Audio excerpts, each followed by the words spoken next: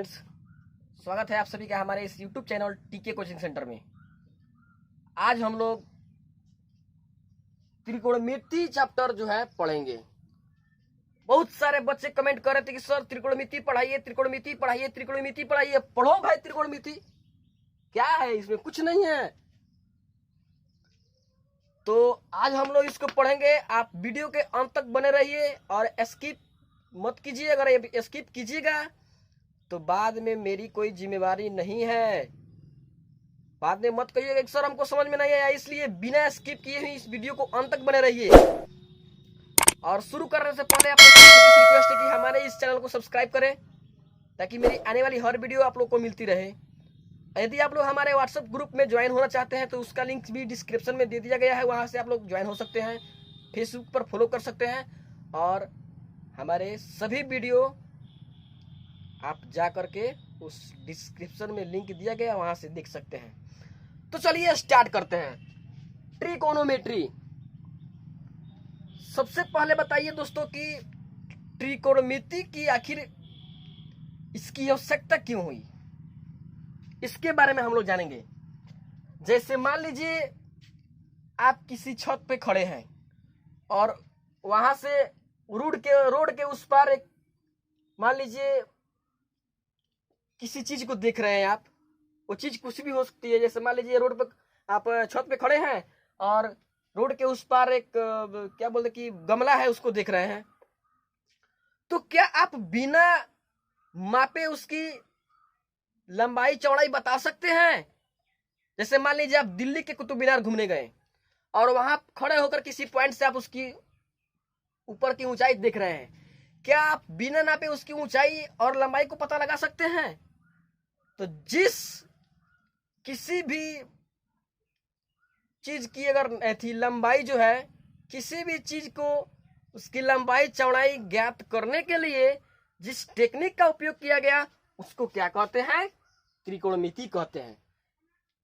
अब इसकी उपयोग क्या है, कैसे करेंगे, इसके बारे में हम लोग जानेंगे।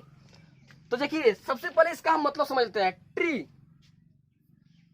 त्रिकोणमिति शब्द की उत्पत्ति ग्रीक भाषा से हुई है। जो ट्री का मतलब होता है तीन, मेट्रोन, मेट्रोन का मतलब है गोनो, गोनो का मतलब क्या होता है? भुजा यानी कि साइड। मेट्रोन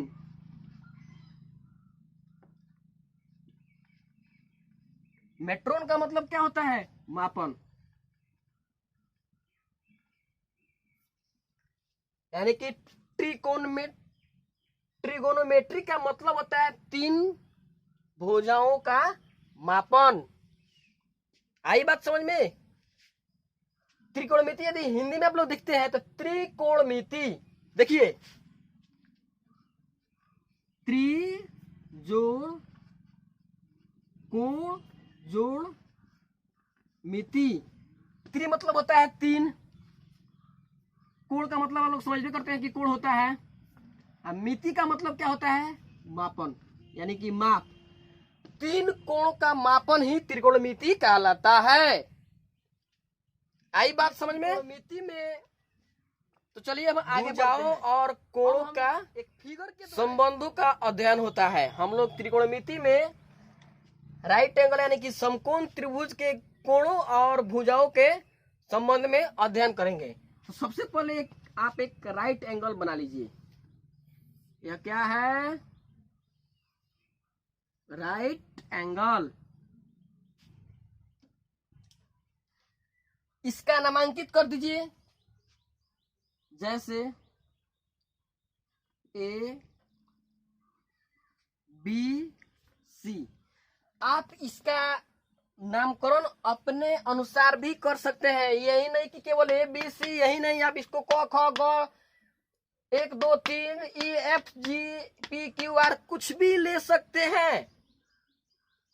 तो चलिए अब हम लोग, जैसे मान लीजिए आप यहाँ पे खड़े हैं, आप इस पॉइंट पे खड़े हैं और आपकी नजर यहाँ पे है, जैसे मान लीजिए अब किसी भवन की शिखर की जो क्या है ऊंचाई है, तो आप इसको बिना मापे इसकी ऊंचाई ज्ञात कर सकते हैं।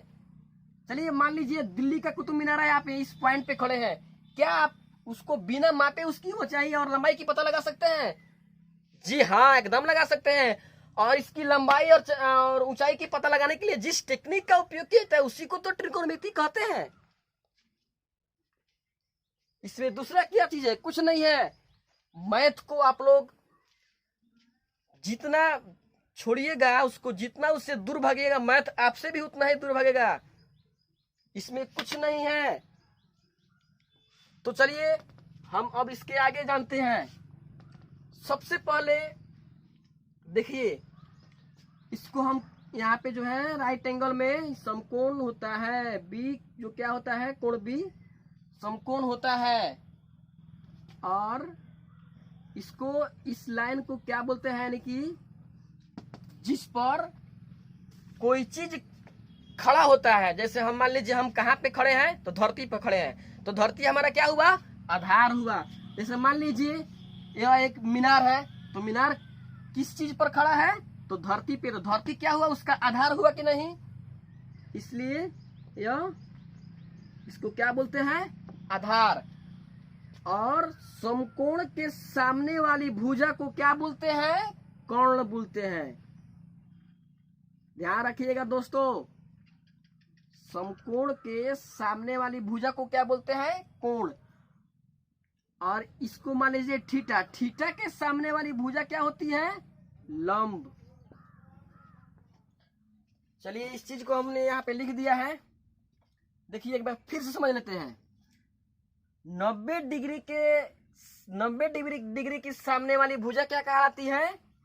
यहाँ पे मान लीजिए यह एक समकोण त्रिभुज है और यहाँ पे जो है यह 90 डिग्री है, तो 90 डिग्री के सामने वाली भुजा क्या कहलाती है, कर्ण, यानी कि हाइपोटेनस। क्या बोलते हैं, हाइपोटेनस। इसको H से सूचित किया जाता है। और थीटा के सामने वाली भुजा, थीटा मतलब, थीटा का मतलब क्या होता है आपको पता है? यदि नहीं पता है तो मैं बताता हूं ना। थीटा का मतलब होता है कोण। जैसे मान लीजिए यहाँ पे थीटा जो है C है, तो इसके सामने वाली भुजा क्या है, लंब है। यानी कि थीटा के सामने वाली भुजा को क्या कहते हैं, लंब, यानी कि परपेंडिकुलर। इसको P से सूचित करते हैं। ये तो हम लोग कर्ण की और लंब की बात कर लिए। अब शेष भुजा क्या बची है, शेष भुजा यही ना बची है, बी और सी। इसको हम क्या कहेंगे, आधार कहेंगे। आधार का मतलब क्या होता है कि जिस चीज पर कोई चीज टिकी होती है उसको क्या बोलते हैं, आधार बोलते हैं। चलिए एक चीज और समझ लेते हैं। जैसे मान लीजिए त्रिभुज जो है, त्रिभुज आपको कैसा हो बनाए, बशर्ते वह समकोण होना चाहिए। देखिए जब समकोण होगा तो यहाँ पे कोण बी जो क्या होगा, 90 डिग्री होगा। और सी जो है क्या होगा, थीटा होगा। तो हम लोग तो जान चुके हैं कि थीटा के सामने वाली भुजा क्या कहलाती है, लंब कहलाती है। और 90 डिग्री के सामने वाली भुजा क्या कहलाती है, कर्ण कहलाती है। चलिए लिख देते हैं इसको, लंब। और शेष भुजा जो होती है क्या कहलाती है, आधार। ठीक है। अब चलिए मान लीजिए कि हम तो ऐसे समझ लिए, यदि कोण थीटा जो है सी, थीटा का मान यदि सी रहता है तो हम लोग समझ लेते हैं। अब कहीं मान लीजिए कि यह पूछ देगा कोण ए, यहाँ पे मान लीजिए कि थीटा यदि ए होगा, थीटा यदि ए होगा तो क्या मान सेम रहेगा, क्या यह नहीं बदलेगा, एकदम बदलेगा। जैसे देखिए अगर आप लोग से पूछे कि कोण ए, यहाँ पे थीटा यदि दे दिया कोण ए, तो हम लोग क्या यहाँ पे पढ़े हैं कि देखिए 90 डिग्री के सामने वाली भुजा क्या होगी, तो कर्ण होगी। और थीटा के सामने वाली भुजा क्या होगी, तो लंब होगी। यदि मान लीजिए कि यहाँ पे थीटा दे दिया ए, तो इसमें अब लंब क्या होगा, आधार क्या होगा और कर्ण क्या होगा। आइए एक दूसरा त्रिभुज बना करके देखते हैं। जैसे मान लीजिए यह एक समकोण त्रिभुज हो गया। ठीक है, अब देखिए इसका मैंने नाम नामांकित कर दिया। यहाँ पे देखिए कोण बी जब समकोण त्रिभुज होगा तो ये तो निश्चित है कि कोण बी जो है क्या होगा, राइट एंगल होगा। और जैसे मान लीजिए यहाँ पे कोण थीटा क्या होगा, ए होगा, तो इसमें लंब क्या होगा और कर्ण क्या होगा, आधार क्या होगा। तो देखिए हम उसी रूल को पुनः अपनाएंगे जो रूल इसमें यूज किए थे। जैसे देखिए आप लोग जानते हैं कि 90 डिग्री के सामने वाली जो भुजा होती है वह क्या होती है, कर्ण। इसको आप लोग हमेशा के लिए माइंड में रख लीजिए। यह भले चेंज यह और यह चेंज होते रहता है, इससे आप लोग कंफ्यूज मत होइएगा। ठीक है, तो हम लोगों ने यह जाना कि 90 डिग्री के सामने वाली भुजा क्या होती है, कर्ण होती है। और थीटा के सामने वाली भुजा क्या होती है, यहाँ पे देखिए थीटा के सामने वाली भुजा क्या होती है, तो लंब होती है। तो यहाँ पे देखिए थीटा दिया है, तो इसके सामने वाली भुजा यही ना हुआ, तो यह क्या होगा, लंब हो जाएगा। क्या हो जाएगा, लंब हो जाएगा। और शेष भुजा कौन सा है, यह है, तो यह क्या हो जाएगा, आधार हो जाएगा। ठीक है, कोई शक, कोई दिक्कत, कोई कंफ्यूजन नहीं है ना। चलिए आगे बढ़ते हैं। देखिए कोण बी जो है इसका नाम भले ही चेंज होता रहता है, जैसे एक के स्थान पर पी क्यू आर कुछ भी दे सकता है। ठीक है ना, तो आप लोग टेंशन मत लीजिएगा। ये जो 90 डिग्री है यह हमेशा 90 डिग्री ही रहता है, ये नहीं चेंज होता है। चेंज होता है तो क्या, कोण, यह कोण और यह कोण चेंज होता है, यह चेंज नहीं होता है। चाहे नाम कुछ भी दे दे, आप लोग को इससे कंफ्यूज नहीं होना है। बस इतना बात ध्यान में रखना है कि 90 डिग्री के सामने वाली भुजा को कर्ण कहते हैं और थीटा के सामने वाली भुजा को लंब कहते हैं। और शेष समकोण त्रिभुज दे देगा। और इसे मान लीजिए ये आपका बेस जो है 7 cm दे देगा और इसको लंब जो है 6 cm दे देगा। और कह रहा है कि AC का मान ज्ञात करें। तो इस टाइप के प्रश्न आप लोग कैसे हल करेंगे, तो आइए हम इसी के बारे में जानते हैं। इसको हम पाइथागोरस प्रमेय से हल करेंगे।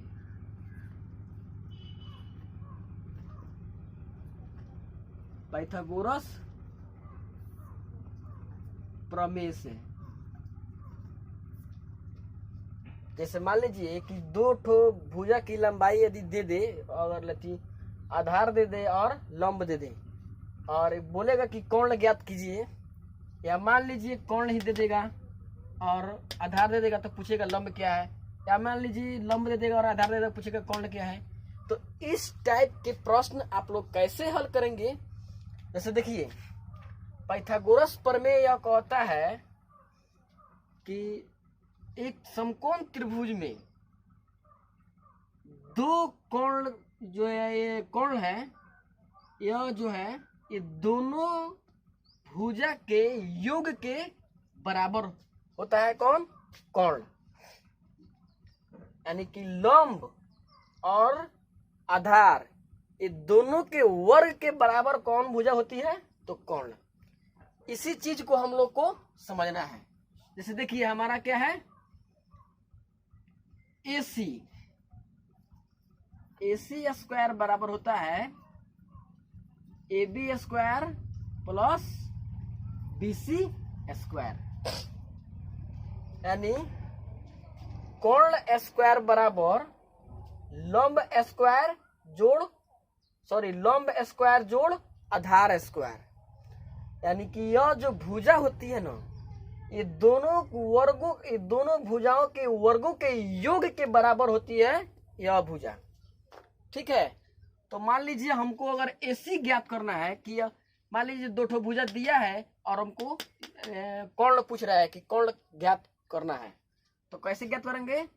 AC स्क्वायर बराबर AB स्क्वायर जोड़ BC स्क्वायर।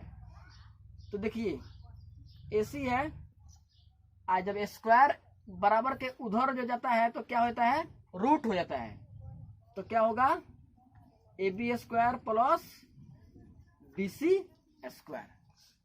ठीक है, तो आप लोग अगर AC के ज्ञात करना होगा तो आप लोग इस फॉर्मूला पर क्या कीजिएगा, हल कीजिएगा। अच्छा, अगर मान लीजिए BC पूछ दे, अगर आप लोग को AC दे दे और AB दे दे, यानी कि कोण और लंब दे दे, और आप लोग से आधार पूछे, तो आधार कैसे ज्ञात कीजिएगा। जैसे आप लोग को मालूम है कि यह जो है, यह जो भुजा है, ये दोनों भुजाओं के वर्ग के योग के बराबर यह भुजा है, इतना आप लोग को पता है। तो क्या कीजिएगा, आप इसमें से इस भुजा में से आप इसको ज्ञात कीजिए, घटा लीजिएगा तो ये भुजा नहीं आ जाएगा। जैसे देखिए यहाँ पे AC स्क्वायर बराबर होता है AB square plus BC square.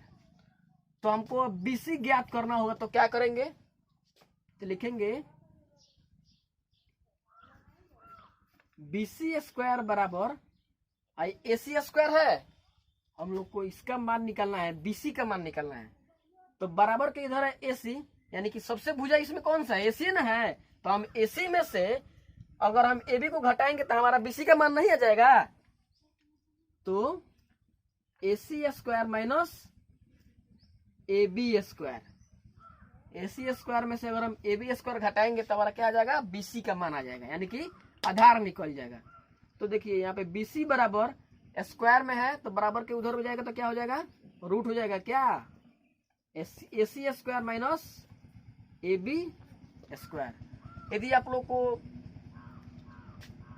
AB और AC दे देगा, अगर BC पूछेगा तो आप इस फॉर्मूला के द्वारा BC का मान ज्ञात करेंगे।